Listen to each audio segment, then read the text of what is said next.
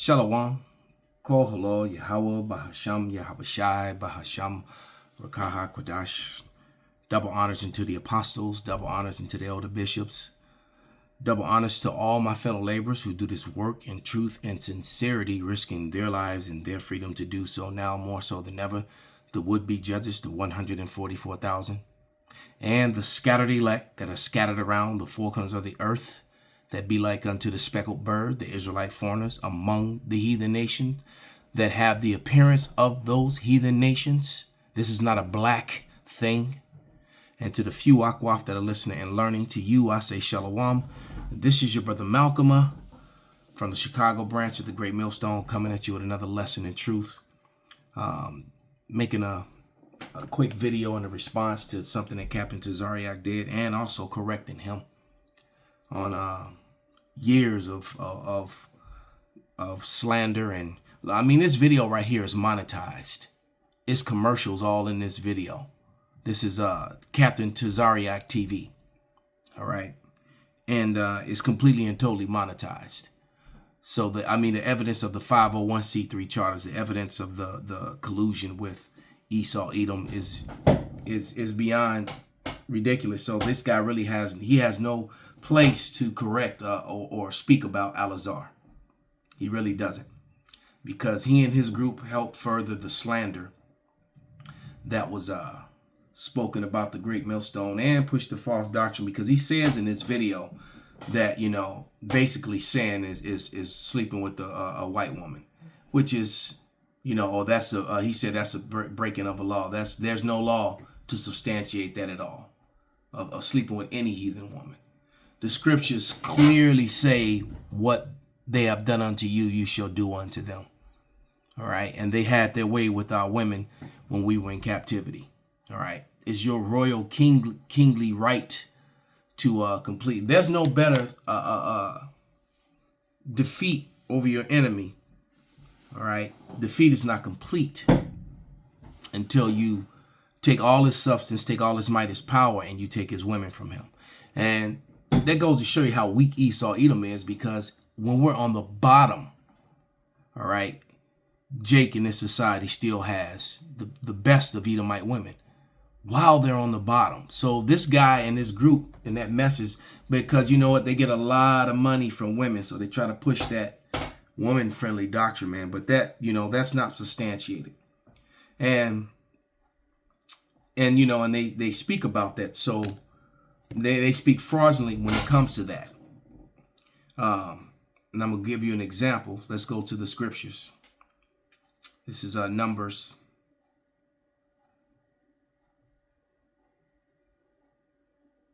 The 12th chapter, verses 1 through 10.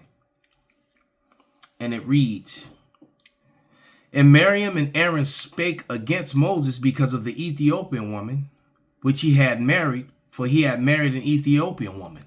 All right, meaning he had gone on into her. All right. The law has been given. All right. But they speaking against Moses. Now let's see what the Lord has to say about it. And they said, "Have Yahweh indeed spoken only by Moses? Have he not spoken also by us?" And Yahweh heard it. And the man Moses was very meek above all men which were upon the face of the earth. And Yahweh spake suddenly unto Moses and unto Aaron and unto Miriam, "Come up ye three into the tabernacle of the congregation." And they three came out. And Yahweh came down in a pillar of the cloud and stood in the door of the tabernacle and called Aaron and Miriam, and they both came forth. And he said, "Hear now my words. If there be any prophet among you, I, Yahweh, will make myself known unto him in a vision, and I will speak unto him in a dream. And my servant Moses is not so. He is faithful in all mine house. With him I will speak mouth to mouth, even apparently, and not in dark speeches. And the similitude of Yahweh shall behold, wherefore then were ye not afraid to speak against my servant Moses? And the anger of Yahweh was kindled against them, and he departed. And the cloud departed from off the tabernacle, And behold, Miriam became leprous, as white as snow, showing that they were not, pale people. And Aaron looked upon Miriam, and behold, she was leprous. She became pale all over. All right. Basically like an Edomite, like one that is born dead, as the description of Esau, Edom, when he was born. The first came out red all over. She became pale. And she had, was put out the congregation for a while. So the point being that the Lord found no problem with Moses having a woman that was not an Israelite. And we tell you all the time, the 12 tribes of Israel came out of 4 different women, and none of those women were Israelite women. All right. If that was a law that you can't be with a Edomite woman, a heathen woman, all right, there would be no tribe of Ephraim and Manasseh. Joseph in captivity also went unto some Hamite woman, and that's where we get the tribe of Ephraim and Manasseh. So that's his vain opinion, his wish. That is, and I'm speaking about Captain Zazariak, because what he said, I just backed what I set up by precepts. He cannot. And they'll go to Deuteronomy and use the only nations we were not to go into were the 7. I believe it was 7 of them in the land of Canaan. Those nations we were not to go into. We were to smite them, but it didn't say that about all heathen. So that statement is not true. Okay? That statement is not true at all. That is a false statement that Captain Tazariak makes about the law. Second thing that they did was they slandered, and let me go to these. All right? And in fact, the slander that they pushed upon, or that they lied about to all of Israel, was that the great millstone were pedos. All right? Simply because we pointed out the fact that marriageable age of a woman is about 12 years old in the land of Canaan, in Mesopotamia, in ancient Israel, in the ancient world period. All right? Even after the coming of the Lord. The Lord's wife, Joseph, was at least a decade and some change older than Mary. Mary had to be around 13, 14 years old. All right? That was normal. Matter of fact, that was normal even up until the early part of the 19th century.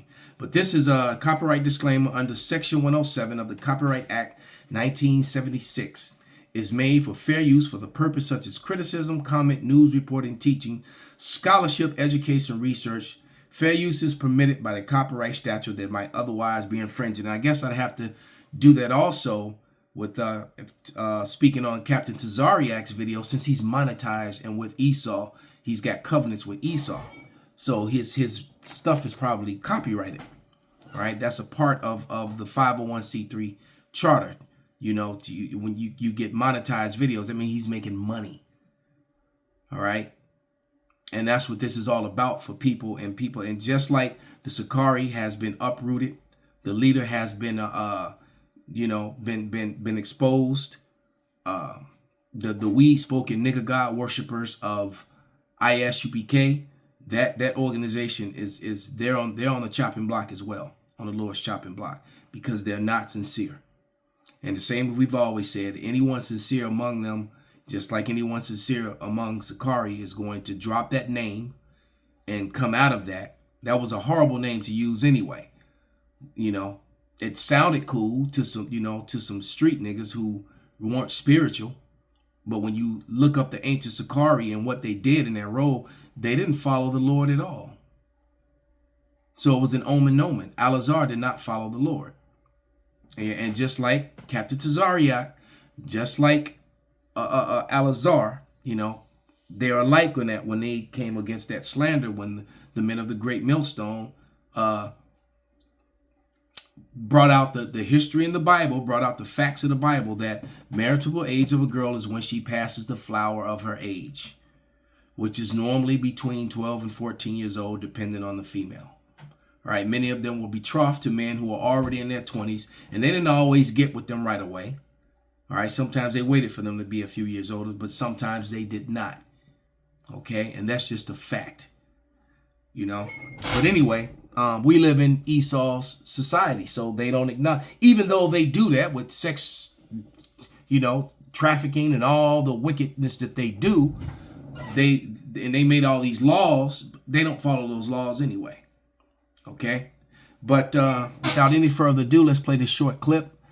Turn down the sound, but it has the the captions on, so you can see the conversation of this young girl who clearly would be underage to marry in America today, angry at her father because of her marriage to this man who could probably be her damn grandfather.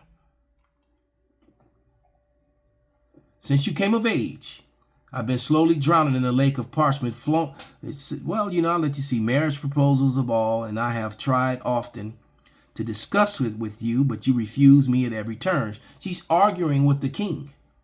All right? And why? You know, so the king's hand had to intervene because they were disturbing all the guests. Now all the guests see that this woman, who are there for this marriage, that this young girl does not want to marry this older guy.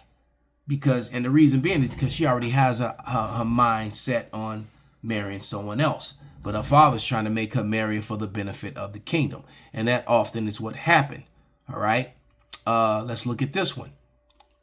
This is another scene. Okay. With this older man, who could probably be her father, is trying to, you know, is being set up to marry this younger girl. So let's play this real quick. Also without the sound. I don't want to get any copyright strikes.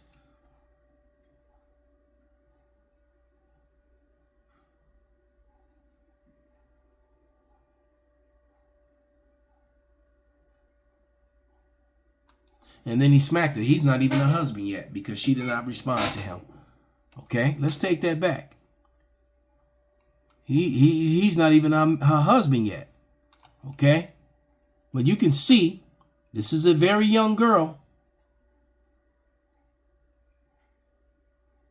Okay, a very young girl, and this man could be her father, and her father and her mother are trying to marry her off to this man. He says, I own 3 fields of palm trees.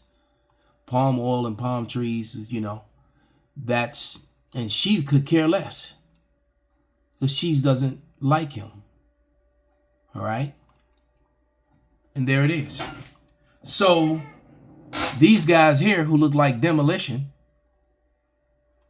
that's what I think of every time I see the ISUPK. They look like, you know, motorcycle gang demolition about to go do a wrestling match with all they spikes and headbands. Okay. But let's go to the scriptures. And here's the AI overview in the ancient times. All right. So I put in age of marriage in ancient Canaan. All right. And this is what came up. And it reads, in ancient times, the ideal marriage in Canaan was in teens, but men generally married later than women. And yep, that's about right. In Palestine, men married around the age of 30 to women who were 10 to 15 years younger. Wow. All right. In Babylonia, men married around the age of 20 to women in their teens. According to the tradition, boys were not considered marriageable age until 13, and girls were not considered women until age 12. Some rabbis considered age 18 to be ideal, but others advocated for marriage immediately after puberty around age 14. After puberty. Puberty comes at between 12 and 14 years old. All right. So that whole region that they refer to as the Middle East, which is Western Asia, and North Africa, and all the way up into Northern Asia as well, which is they call Europe today. That's why they say Eurasia. That is what was going on. It was because the same thing was happening in Rome and Greece. It was considered the duty of every Israelite man to marry early if in life as possible. It was strictly forbidden for parents to give their children in marriage before they had reached the age of puberty. Puberty, the flower of the age. All right, let's get a scripture and I'll read some more. This is the book of Sirach. Because see, you people are ashamed of the gospel. And we're not saying that we're doing that now. We're just telling you that these were part of the laws in the Bible. And that's why it says when the Lord comes back on earth as it is in heaven, the laws of the Bible will apply on earth again upon the kingdom of heaven. Point blank, period. And these motorcycle wearing demolition camps, all right, these guys, all right, UPK, you know, and Sakari and other groups. And as a matter of fact, it was IUIC, if I'm not mistaken, who were the first ones to start that rumor, that lie, that slander about the Great Millstone in the first place. All right, and that's been regurgitated, and new people waking up, they've heard these lies and they believe it. And they regurgitate it, not knowing what they're talking about. Okay, as a matter of fact, if one of the elder members of IUIC apologized for starting that rumor, admitted it. He apologized, but the moment that they get caught up and get exposed on something, they go right back to that slander. Every time they're ousted, or the scriptures, the GMS, the men or other prophets bring forth the truth in the Bible, and it goes opposite to the doctrine of ISUPK, IUIC, Sakari. They go right back to that slander. You're gonna listen to them? These dudes, they rape little girls. Which is a horrific and a horrible slander to say about another brother, another Israelite, man. All right, you can have issues, People going to have issues with me. I have issues with other people, but I'm not going to slander and lie about you, man. But if if you speaking against the scriptures, I'm going to bring it out. And that's exactly what I'm doing. But this is Sirach, because, I've never watched like these other guys' videos. I really don't, man. I don't pay attention to Captain Tazariak at all, because every time I've heard him speak, he says something that's off, something that's not scriptural, something that his opinion, that's a ISUPK opinion and not actual scriptural, man. And it's not about our opinions and our feelings. But once again, I understand they trying to sell that feel-good doctrine to keep that money coming in from all those female members. But this is Ecclesiastes, Sirach 42. I'm going to start at verse 8. And it says, "Be not ashamed to inform the unwise and the foolish and extreme age that contendeth with those that are young. Thus thou shalt be truly learned and approved of all men living.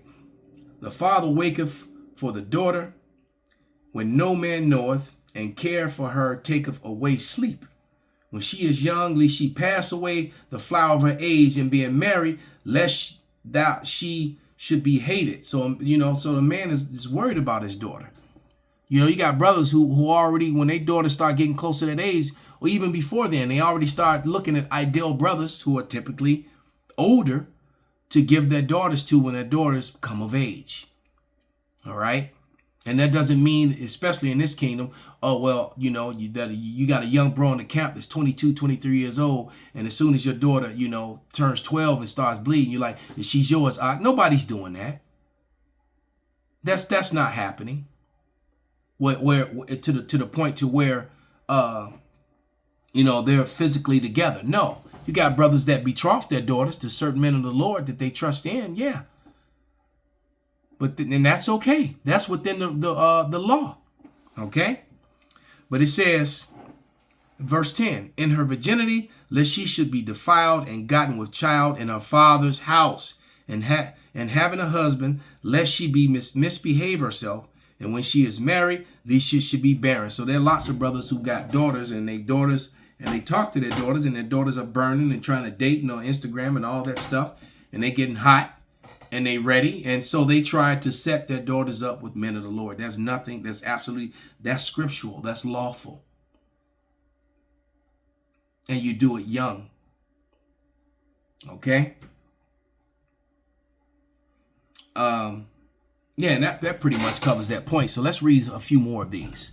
Another of these bullet points in this. Let me see. I read that one. This one. It was strictly forbidden for parents to give their children in marriage before they had reached the age of puberty. I read that one. All right. Last 2 bullet points. Marriage was usually contracted within the narrow circle of the clan and the family. All right. That was one thing. So they tried to marry their daughters or their sons off to their own people. It was undesirable to marry a woman of a foreign clan. All right. Now, it didn't say it was unlawful. It just said it was, and it just depended, But, and you saw the laws of the region, and then you saw the laws of the Israelites in there too. And remember, there were other Hebrews nations who followed similar things when it came to marriage. All right. So, so you can screenshot this. This is pretty good evidence to come against people who speak foolishly against what's written in the Bible and come with that slander. So we're going to get back to the slander. So, where is it? From this guy, many a times, and guys like him, all right, as soon as they get corrected in the scriptures, their defense becomes to go to a lie. That becomes their defense, to go to a lie and a slander about the men of the great millstone. And this is Proverbs 10:18. He that hideth hatred with his lips, and he that uttereth slander is a fool. And you're guilty of that, Tazariak. Alazar was guilty of that. Nathaniel was guilty of that. Lots of members of IUIC, ISUPK, and Sakari were guilty of that. When it came to the grape, GRAPE doctrine. There is no such thing. All right. Look what happened to Bro Polite when he pushed that lie. All right. You push that lie, and you're a slanderer, you're a murderer, man. This is Psalms, and I'm gonna wrap this up.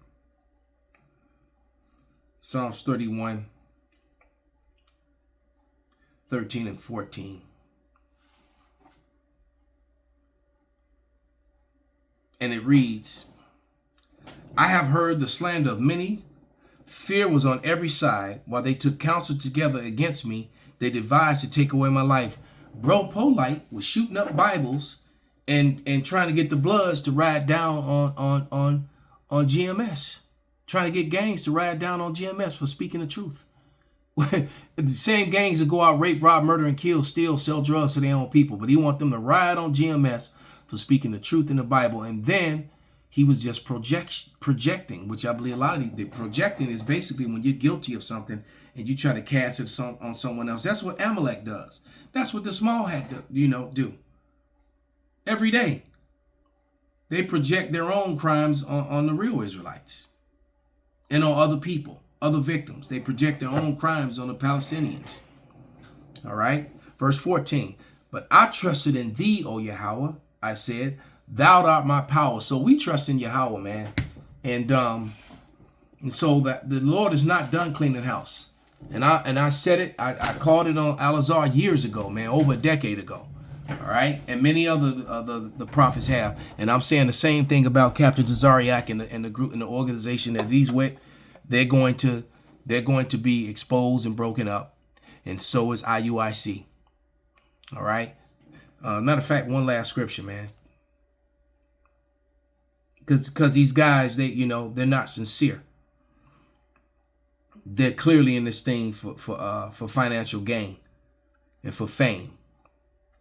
They're not in this, in this thing for sincerity at all. But this is Sirach 16:73. I'm sorry, not I'm in Ecclesiastes. I need to go to Ezra's. Ezra 16:73. And it reads, then shall they be known who are my chosen, and they shall be tried as the gold in the fire. So we're going to find out who the true prophets are, who the true men of the Lord are. All right. Who the Lord is really with as we get closer to, because right now the whole of Europe is with Ukraine and against America. And these camps don't really talk about that. All right. Great Millstone has been talking about that out the gate. All right. Now, Mexico and Canada are also against America. All right. The Israelis have basically isolated themselves in the region, and it's going to be the Americans and the Israelis against the whole world. Prophecy is coming to pass as we speak. So like I said, we're gonna see who the Lord is really with very soon. All right. So with that, I'm gonna give all praises, all honor and glory unto Yahweh Bahasham, Yahweh Shai Bahasham, Rakah Hakwadash, Kwam Yasharala Abab Abal, and a lot of you guys, these other organizations, man, you better rethink and repent. Shalom.